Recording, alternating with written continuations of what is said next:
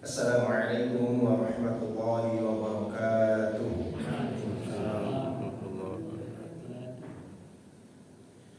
Alhamdulillah alladzi nahmaduhu wa nashkuruhu wa nasta'inuhu wa na'udzu billahi min shururi anfusina wa sayyiati a'malina. Man yahdihillahu fala mudilla lahu wa man yudlil fala hadiya lahu. Asyhadu an la ilaha illallah wahdahu la syarika lahu wa asyhadu anna Muhammadan 'abduhu wa rasuluhu la nabiyya wa la rasula ba'da.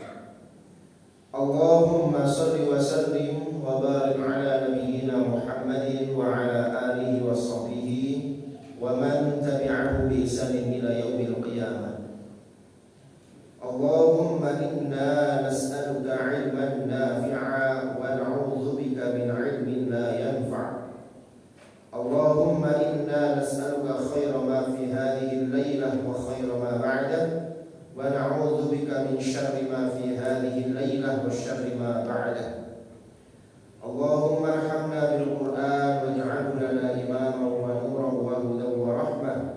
Allahumma arzuqna tilawatahu ana al-lail wa atrafan nahar. Bapak Ibu hadirin jamaah yang rahmat Allah Subhanahu wa taala, alhamdulillah senantiasa kita bersyukur atas segala nikmat Allah yang telah diberikan kepada kita semua, terutama hari ini jemaah Allah.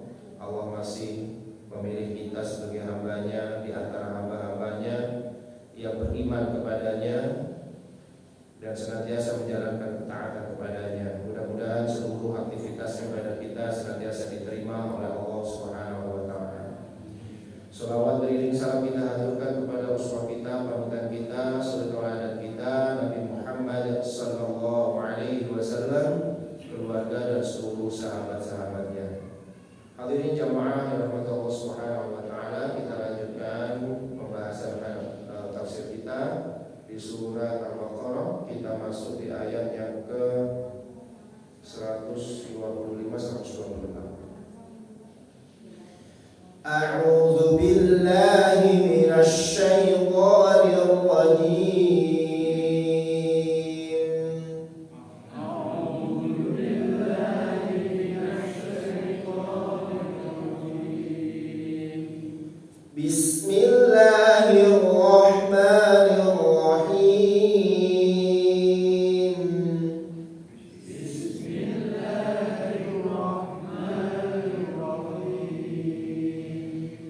Wa idh ja'alnal baita mathabatan lin-nasi wa amna.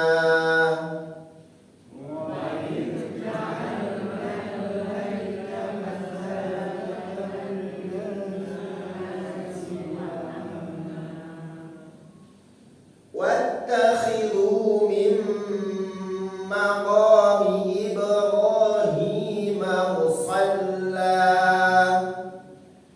واتخذوا من مقام إبراهيم مصلى وعهدنا إلى إبراهيم وإسماعيل أن طهرا وأعهدنا إلى إبراهيم وإسماعيل أن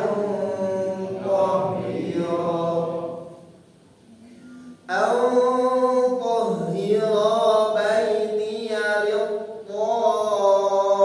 للطائفين والعاكفين والركع السجود.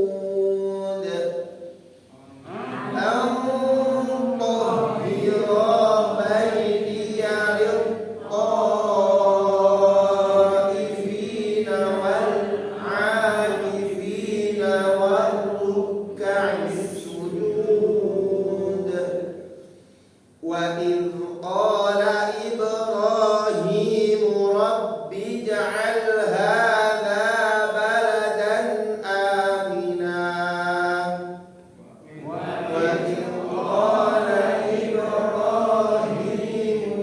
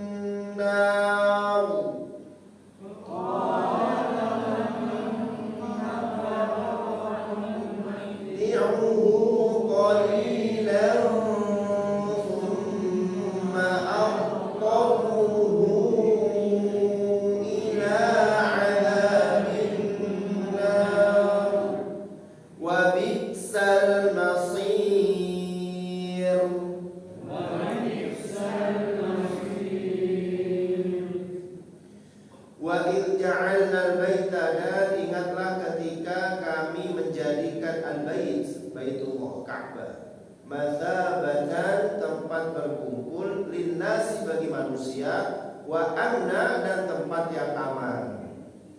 Wattakhiru, maka jadikanlah, maka ambillah, jadikanlah, mimma qami, dari tempat berdirinya Ibrahim, dari maqam Ibrahim, musalla, sebagai tempat untuk sholat.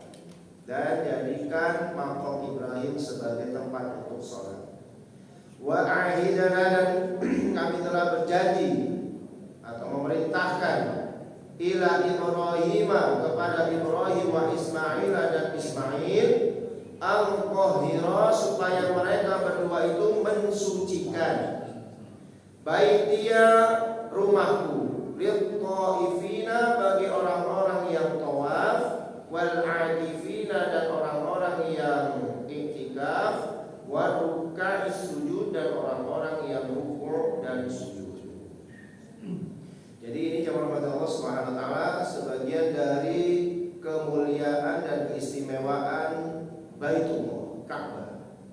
Bahwasanya Baitullah itu dijadikan oleh Allah Subhanahu wa taala sebagai tempat untuk berkumpulnya manusia dan tempat yang aman.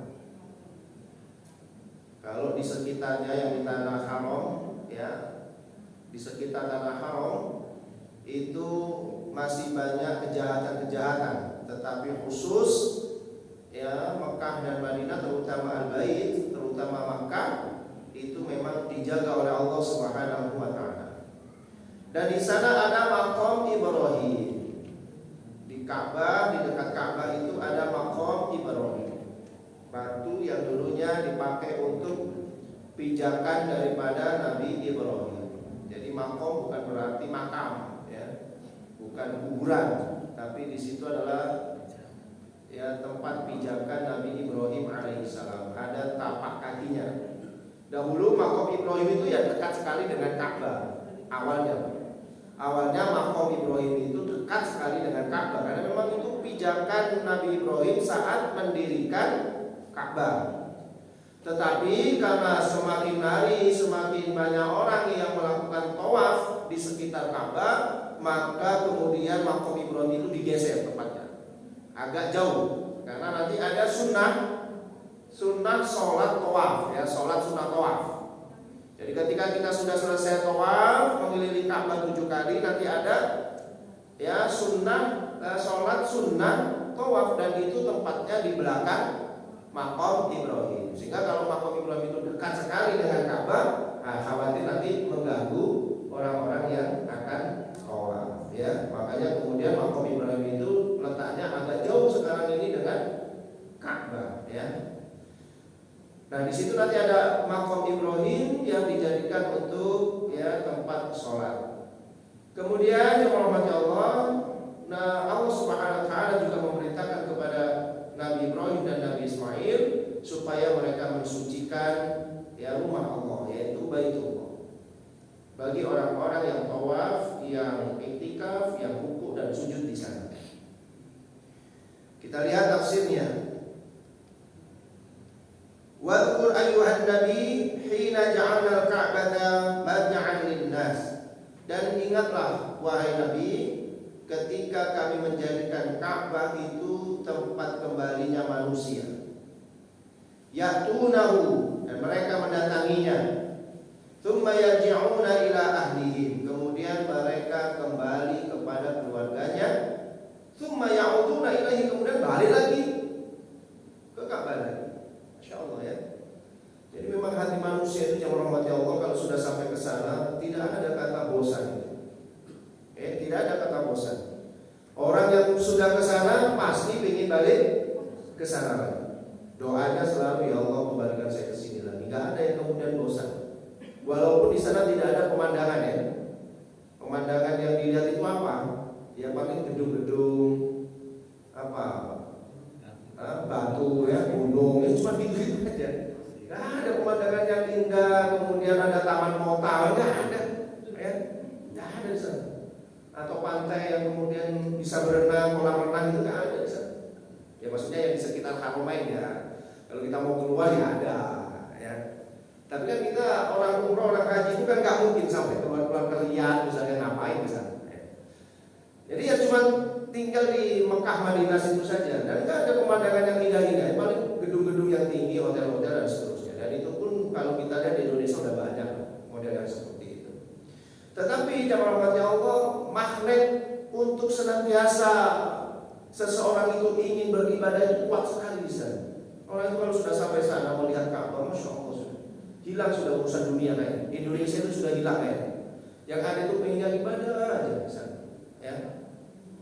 Dan sekali lagi tidak ada orang yang bosan. Hari ini jamaah rahmatnya Allah, masya Allah luar biasa. Ya. Jamaah umroh hari ini masya Allah luar biasa. Padat sudah Mekah itu ya. Bahkan lebih lebih banyak jumlah umrohnya hari ini daripada kuota hajinya, sehingga penuh betul ya.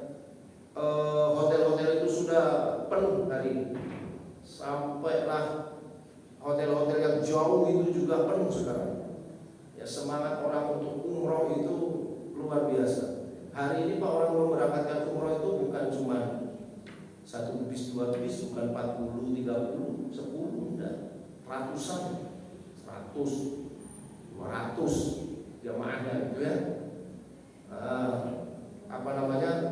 Awal Januari kemarin itu di tempat saya itu ada pondok pesantren punyanya Asyadil ya. Asyadil, pondok pesantren untuk tahfidz Al-Quran. Kusmudi termasuk adiknya namanya Abdul Qadir Asyadil yang biasa mengajar Al-Quran terjemah. Itu memberangkatkan orang 407. Masya Allah luar biasa ya. Masa mau jamaah kita itu luar biasa ya. Kalau dulu mungkin yang berangkat itu ya 1 bis lah paling banyak itu sudah, atau 2 bis lah. Sekarang itu udah 200, 400 ya. Makanya penuh Pak sekarang ini ya. Subhanallah, walaupun harga-harga dinaikkan, di sana dinaikkan Pak 3 kali lipat sekarang sudah. Hotel-hotel sudah dinaikkan lagi oleh Arab Saudi ya. Itu untuk menekan jumlah orang yang datang ke sana dengan dinaikkan harganya supaya orang tidak terlalu banyak ke sana. Kenyataannya makin banyak orang ke sana. Luar biasa ya. Kabarnya biaya haji kita juga naik, Pak. Kabarnya tapi ya. Berapa? 69 ya. Masya Allah luar biasa. Yang berangkat hari ini ujian betul itu ya. Ujian betul ya. Sudah nyiapkan uang 40, ternyata naiknya luar biasa 69. Enggak tahu itu. Di Blitar ada sekitar berapa orang itu menarik uangnya, nggak jadi untuk haji, ya, ditarik uangnya nggak jadi. Jadi alhamdulillah yang kuota bawah-bawah insya Allah nanti katrol, ya naik. Tapi ke katrol naik ini bayarnya juga naik juga. Ya, di Blitar banyak Pak yang menarik uangnya, ya tidak jadi berangkat. Mendingan mereka umroh saja katanya, karena sudah jelas. Jadi masya Allah ya, Mekah ini luar biasa. Dan nanti kita akan lihat bagaimana keistimewaan Mekah ini, termasuk Ka'bah di dalamnya. Ya. Manusia, Ka'bah dijadikan tempat berkumpulnya manusia. Mereka datang ke Ka'bah, kemudian mereka kembali ke keluarganya, dan mereka kembali lagi ke Ka'bah, mereka kembali lagi ke keluarga itu seperti itu. Ya. Bahkan ada orang yang ke Mekah itu kayak orang keluar rumah saja, bentar-bentar ke sana ya. Terutama yang jadi pembimbing umroh itu lah ya. Itu kan umroh itu kayak orang keluar rumah saja ya. Kadang setahun bisa 4 kali, bisa 5 kali gitu ya. Masya Allah. Karena dia harus bawa jamaah untuk jadi pembimbing ya. Sampai seperti itu. Dan itu tidak pernah ada bosannya. Ya kita berdoa saja mudah-mudahan orang-orang yang umroh itu niatnya masih ikhlas. Jadi bukan karena tren saja. Ya, bukan karena tren sehingga kalau sudah umroh itu kayak sudah apa gitu ya. Apalagi kalau sudah selfie di depan Masjidil Haram gitu ya. Terus diunggah, alhamdulillah kami doakan semuanya. Nah, gitu udah orang luar biasa sampai kaya ternyata gitu ya. Apalagi kalau pas tawaf ya, sambil bawa kamera GoPro gitu ya, sambil bawa ini alhamdulillah di tawaf banyak orang. Ya mudah-mudahan itu mengurangi keikhlasan. Jangan sampai orang itu ke sana kemudian tidak ikhlas, ya rugi nantinya. Karena di sana itu ya tetap niat kita adalah beribadah karena Allah Subhanahu wa taala. Ya. Karena memang di sana tempat yang disucikan oleh Allah. Wa majma'an lahum fil haji wal umrah, dan berkumpul ya bagi mereka di dalam haji dan umrah, tawaf dan tawaf, was-sholati dan salat, wa amna lahum, dan kami berikan keamanan di sana dan tempat aman bagi mereka, la yughiru alaihim aduun fihi, ya tidak ada musuh yang menyerang di sana. Tidak akan ada musuh yang menyerang di sana. Makanya sampai pesawat itu tidak boleh lewat di atas Ka'bah.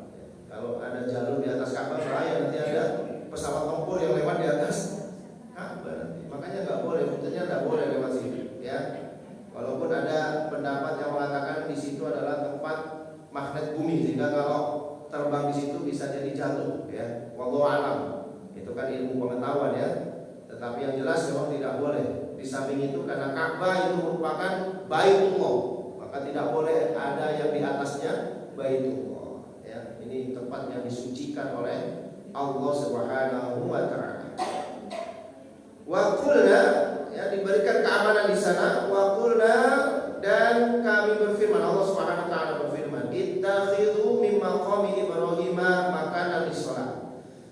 Ambillah atau jadikanlah maqam Ibrahim makanan tempat lis-shalah, untuk sholat, fihi di dalamnya. Yang dimaksud maqam Ibrahim itu adalah wal hajar, yaitu batu alladzi waqafa alaihi Ibrahim, yang dimana Nabi Ibrahim berdiri di atasnya. Inda bina'ihil Ka'bah, ketika membangun Ka'bah, itu namanya maqam Ibrahim. Sampai sekarang masih ada ya tapak kakinya. Wa auhayna ila Ibrahim, wa auhayna ila Ibrahim wa banihi Ismail, dan kami wahyukan kepada Nabi Ibrahim dan anaknya Ismail, antahira, supaya mensucikan baiti, rumahku, min kulli rijsin wa danasin, dari setiap kotoran dan najis. Nah, nanti ini ada yang menafsirkan rijsin wa danas dari dalam tafsir yang lainnya. Yang dimaksud rijsin wa danas itu adalah bersih dari najis secara ainiyah, memang betul-betul najis Pak ya. Juga kotoran atau najis yang bersifat akidah. Jadi Nabi Ibrahim dan Nabi Ismail itu diperintahkan oleh Allah Subhanahu wa taala supaya di sekitar Ka'bah itu tidak boleh ada najis yang berupa kotoran. Ya, kotoran memang najis, atau najis yang sifatnya adalah akidah, kekufuran, kemaksiatan, apalagi sampai kesyirikan, itu betul-betul diperintahkan oleh Nabi Ibrahim dan Nabi Ismail untuk disingkirkan. Makanya dulu ketika Nabi Ibrahim dan Nabi Ismail masih ada di situ ya rahmatnya Allah, maka Ka'bah itu bersih dari kesyirikan. Ya, bersih dari kesyirikan. Tapi setelah Nabi Ismail meninggal dunia, ya sekian puluh tahun baru kemudian muncul yang namanya kesyirikan-kesyirikan di situ. Ya, nanti akan dibersihkan lagi oleh keturunan Nabi Ismail, yaitu Nabi Muhammad sallallahu alaihi wasallam. Ketika Fathu Mekah, ketika Makkah itu ditaklukkan oleh umat Islam, itu Rasulullah sallallahu alaihi wasallam kemudian memasuki Masjidil Haram. Ya, kemudian Rasulullah melihat di sekitar Ka'bah itu ada sekitar 360 berhala di sana. Dan di dalam Ka'bah sendiri itu ada berhala yang sangat besar. Nah, ini luar biasa ya. Akhirnya oleh Rasulullah SAW berhala-berhala itu dihancurkan ya. Para sahabat disuruh untuk menghancurkan, dan berhala yang paling besar itu Rasulullah yang menghancurkan. Sambil Rasulullah mengatakan wa qul ja'al haqq wa zahaqal batil innal batila kana zahuqa. Wa qul ja'al haqq wa zahaqal batil, dan katakanlah Muhammad, kalau kebenaran itu sudah datang maka kebatilan itu akan sirna. Karena sesungguhnya kebatilan itu memang tidak ada. Tidak ada. Karena Allah Subhanahu wa taala itu sebenarnya menciptakan apa? Kebenaran. Ya, al-haqqu min rabbik. Enggak ada. Kebatilan itu datang setelah itu. Karena adanya iblis, karena adanya orang-orang jahat, itu baru datang. Makanya sesuatu yang baru datang itu gampang sekali untuk disingkirkan sebenarnya. Jadi nggak mungkin yang namanya al-haq itu tersingkir, itu nggak mungkin. Karena al-haq itu diciptakan oleh Allah Subhanahu wa taala lebih dulu. Ya, permanen. Al-haq itu sifatnya permanen. Sementara batil itu datang kemudian ngisruh yang namanya al-haq. Ya, ngisruh yang namanya al-haq. Maka kebatilan itu pasti akan sirna ketika al-haq itu ditegakkan. Tapi kalau al-haqnya nggak ditegakkan, bisa lama-lama tertutupi lah. Ya. Jadi awalnya itu terang benderang seperti itu. Yang namanya gelap itu baru datang kemudian. Ya. Selama lampu ini kita nyalakan, maka kegelapan tidak akan pernah ada. Gitu ya. Nah, makanya disebutkan di situ wa qul ja'al haqqa wa zahaqal batil innal batila kana zahuqa. Karena memang yang namanya batil itu zahuqa. Ya, dia pasti akan sirna gitu. Karena dia adalah datang baru ya, makhluk yang baru. Nah, hadirin jamaah rahmat Allah Subhanahu wa taala, ketika Rasul menghancurkan berhala-berhala itu ada 360. Padahal di dalam ayat ini ya Nabi Ibrahim dan Nabi Ismail diperintahkan untuk menghancurkannya, membersihkan area Ka'bah itu dari kotoran dan najis. Najis yang berupa kotoran ya, kotoran onta, kotoran apapun misalnya, itu disuruh membersihkan. Dan juga kotoran atau najis yang sifatnya adalah akidah. Sehingga di sana tidak cocok kalau adanya kesyirikan ya, kemudian maksiat, kemudian kekufuran juga tidak ada. Makanya tanah haram itu hukumnya haram juga dimasuki oleh orang-orang yang bukan muslim. Haram sampai hari ini haram. Ini nggak boleh ya. Tidak boleh orang-orang yang bukan muslim itu mendekati Ka'bah, tidak boleh. Harus orang-orang yang muslim. Nanti di perbatasan di perbatasan tanah haram itu nanti ada tulisan itu nanti. Ya, jadi tidak boleh masuk kecuali yang muslim. Nanti ada jalan sendiri bagi yang ghairul muslim, bagi yang bukan muslim. Nah, jadi gitu. Jadi nggak boleh itu dimasuki oleh orang yang selain orang muslim. Sampai di situ ya. Dan orang-orang ini kan Nabi Muhammad SAW itu diperintahkan untuk menceritakan itu kepada orang-orang Quraisy gitu. Ya, diperintahkan untuk diceritakan kepada orang-orang Quraisy. Sehingga orang-orang Quraisy itu akan berpikir nanti suatu saat mereka akan terusir juga. Karena namanya kesyirikan itu pasti datang belakangan. Karena Allah menciptakan Nabi Adam itu, mengajarkan Nabi Adam dengan ketauhidan, kebenaran itu sudah dicetak oleh Allah, diciptakan oleh Allah, memang permanen sudah. Dari awal itu memang Allah menciptakan yang baik-baik saja, nggak mau menciptakan yang buruk. Ya, nah, keburukan itu datangnya dari makhluknya yang dipelopori oleh iblis, ya, yang dipelopori oleh iblis. Makanya kemudian terjadilah keburukan-keburukan. Nah, Nabi Adam awalnya adalah bertauhid kepada Allah Subhanahu wa taala. Ya. Nah, begitu pula dengan Nabi Ibrahim dan Nabi Ismail. Nah, kemudian yang rahmat Allah Subhanahu wa taala, jadi diperintahkan untuk membersihkan semuanya itu. Sampai hari ini dibersihkan.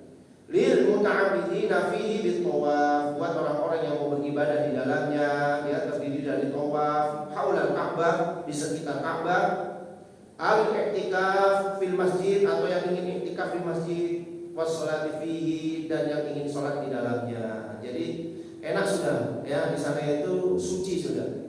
Tanahnya suci, makanya disebut tanah suci. Di samping itu memang yang disucikan dari perkara-perkara yang maksiat. Makanya kalau kita ke sana itu jangan sampai mengucapkan kata-kata yang kotor ya.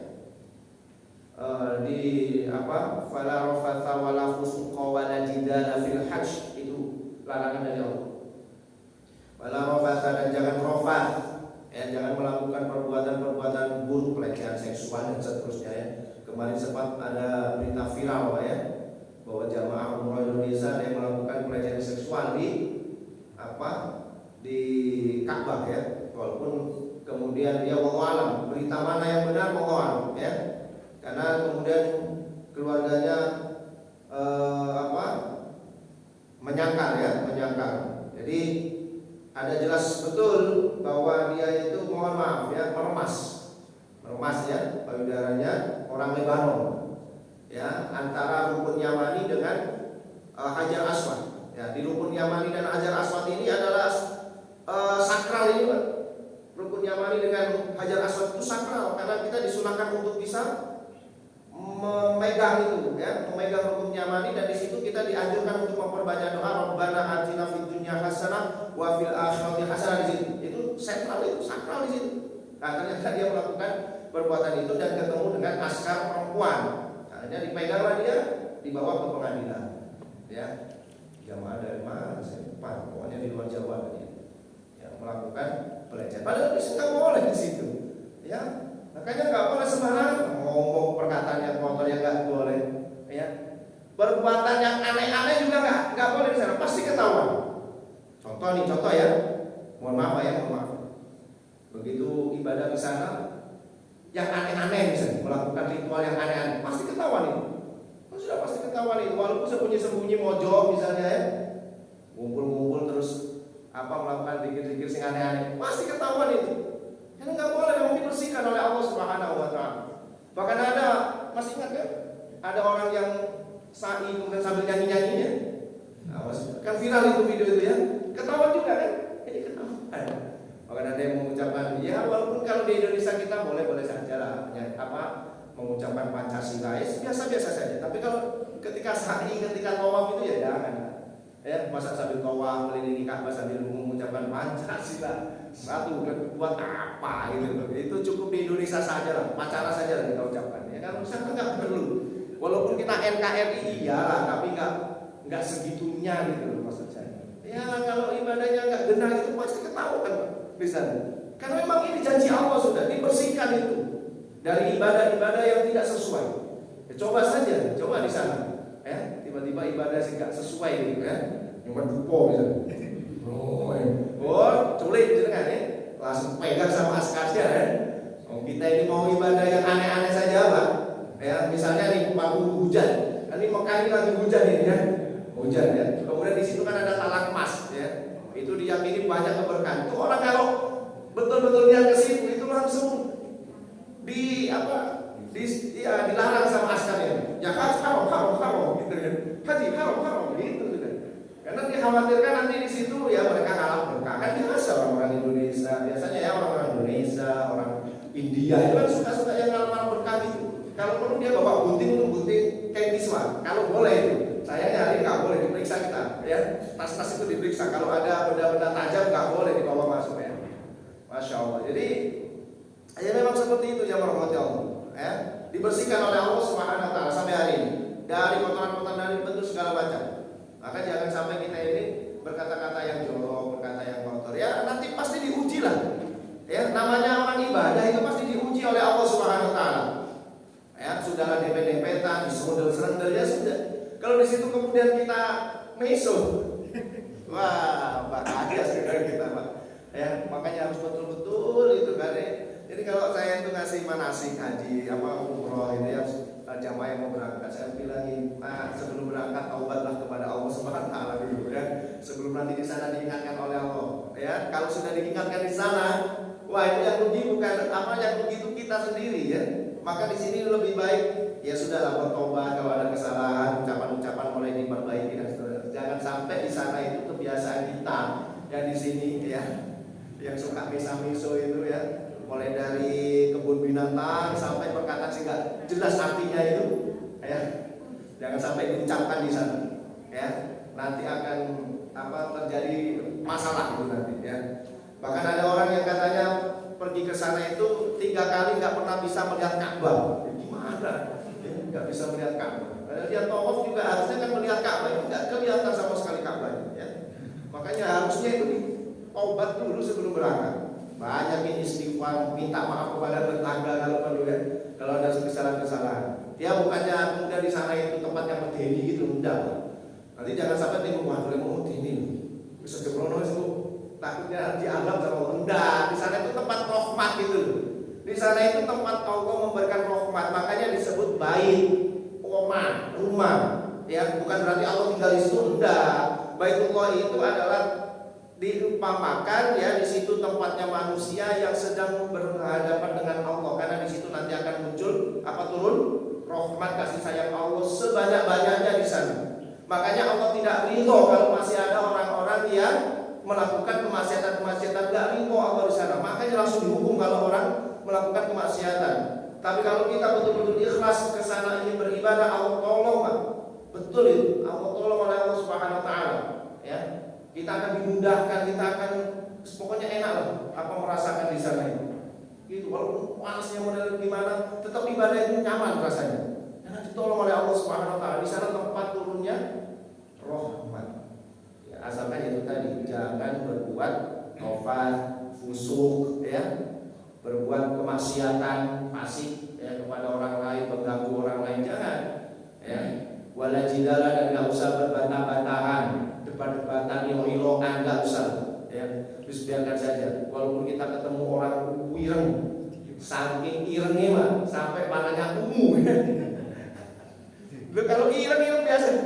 Ini ireng sampai biru warnanya. Masya Allah, luar biasa ya. Besar tinggi besar ya. Ya sudah, nggak usah nggak usah dirasani ya. Ngomong irengnya ya. Jangan, biarkan saja sudah. Ya. Walaupun kita diserendel orang, maafkan saja. Astagfirullahaladzim. Boleh jadi Pak, boleh jadi kita ketika lagi di tanah air itu ya pernah berbuat kesalahan sehingga oleh Allah diingatkan di sana ya, diserendel umumnya. Saya pernah diserendel itu saking gede Pak, diserendel sampai di depan Hajar Aswad akhirnya. Diserendel sampai itu Hajar Aswad. Ya alhamdulillah saja. Jadi diserendel membawa barokah ini ya. Serendel ngambil paspor diambil dulu, dikeberat sama orang, siapa apa yang penting sudah cium itu saja. Oke. Nah, jadi ya seperti itu. Mungkin ada kesalahan-kesalahan kita di dunia ini ya, di tanah air ya, yang belum diampuni oleh Allah di sana ya sudah. Karena di sana tempatnya rahmatnya Allah Subhanahu wa taala.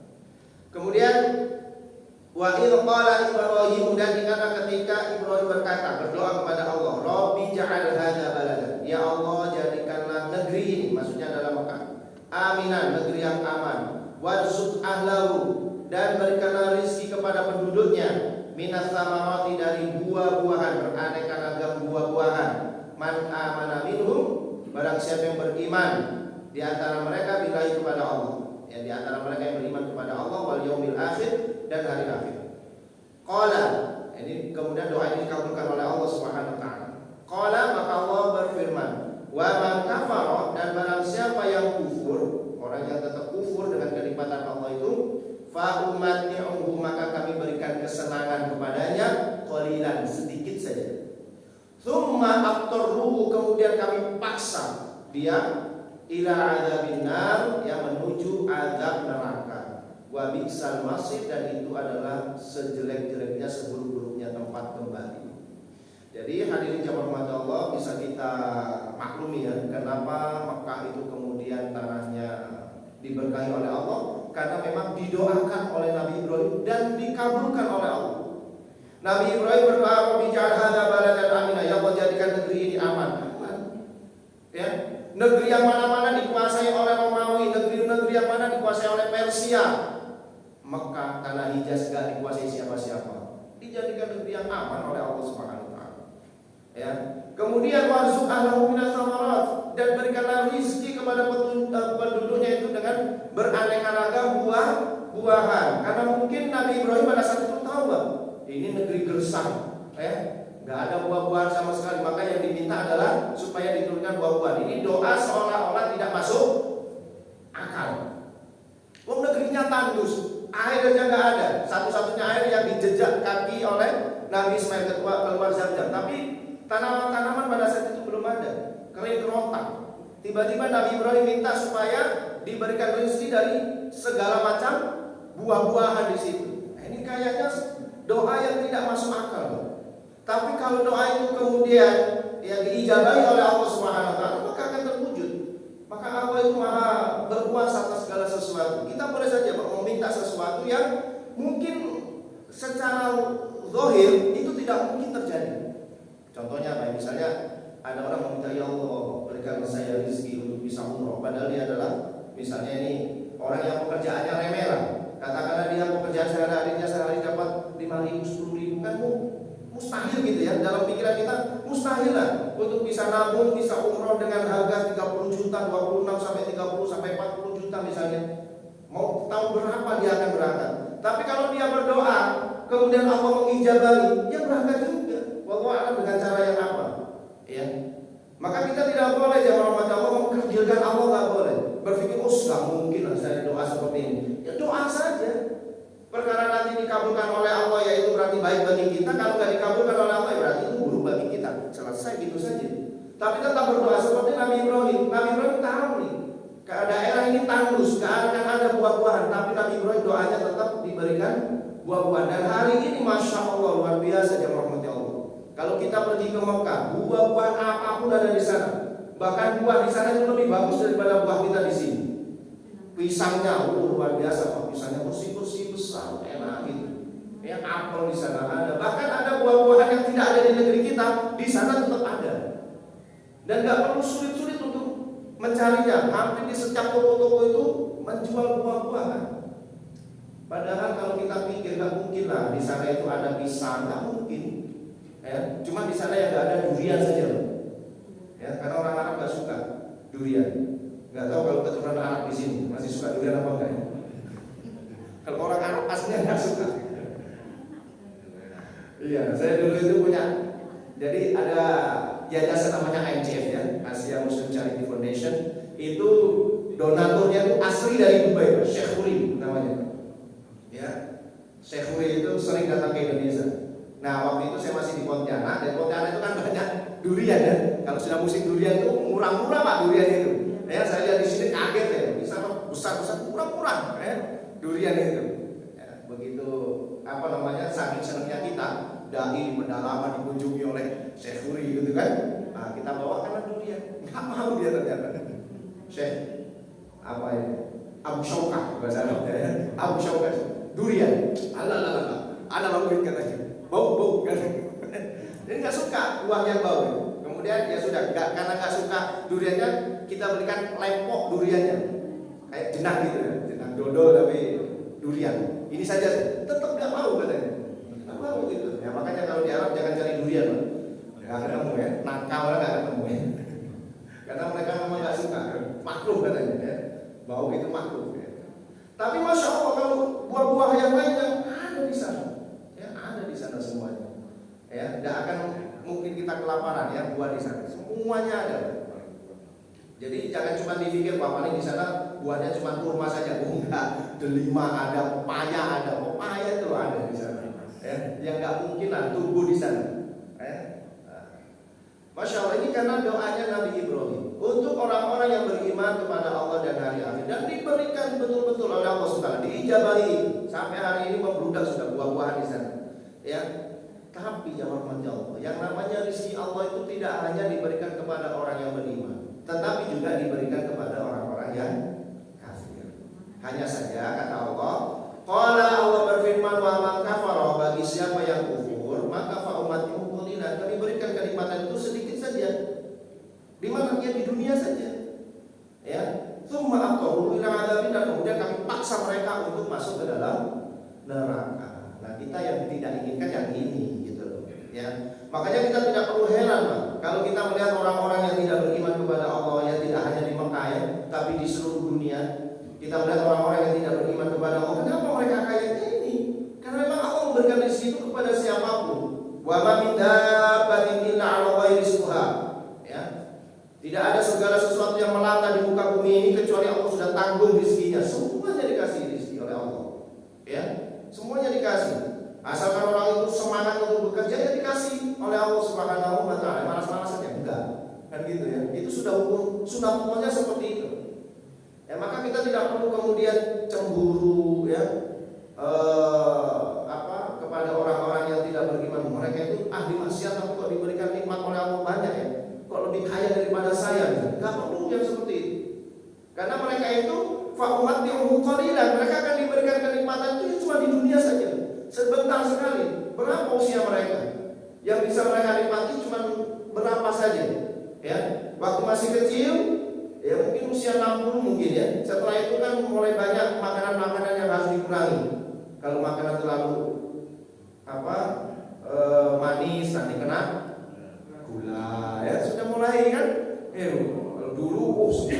kali bisa masuk. Hari ini mulai pilih-pilih. Ya, melinjo gak oleh, ya, kacang boleh gak gelem, ya kan? Iya, kalau dulu wah semua orang kali ya. Ya, ada gulai-gulai, ada sate-sate dihantam. Hari ini kalau gulai sebenarnya hatinya pingin, ya. Tapi pingin kok timbangannya macam-macam, ya kan? Nah, itu kan ini, ya nikmatnya cuma segitu, fa'umati uqalilah gitu. Diberikan nikmat itu ya cuma sebentar saja, ya selama di dunia saja dia diberikan kenikmatan itu. Tapi bagi orang-orang yang beriman yang merahmati Allah, Allah akan berikan nikmat itu dunia sampai akhirat. Ya. Dan kemudian mereka akan dipaksa untuk menghadapi azab neraka dan itu adalah tempat yang buruk bagi mereka. Wadhkur ayyuhan nabi, dan ingatlah wahai nabi, hina qala Ibrahim da'iyan, ketika Nabi Ibrahim sedang berdoa, Rabbi ja'al Makkah, ya Allah jadikanlah Mekah, ya, baldan aminan, negeri yang aman, minal khaufi, dari kekhawatiran dan ketakutan. Warzuq ahlahu, dan berikanlah rezeki kepada penduduknya, min anwa'is samarat, dari berbagai macam buah-buahan. Wa khussa bihadza rizq man amana minhum billahi wal yaumil akhir, dan dikhususkan ya rezeki ini bagi orang-orang yang beriman kepada Allah dan hari akhir. Qala Allah berfirman, wa man kafara minhum fa arzuqhu. Nah, ini janji Allah. Barang siapa yang kufur di antara mereka, tetap aku akan beri rezeki mereka itu. Ini kasih sayang Allah ya. Fit dunya, nah, tapi ada tambahan fit dunya, di dunia saja. Wa umatnya umataan qalilan, dan akan kami berikan kenikmatan yang mataan, yang menyenangkan qalilan, sebentar saja, yaitu di dunia saja. Ya.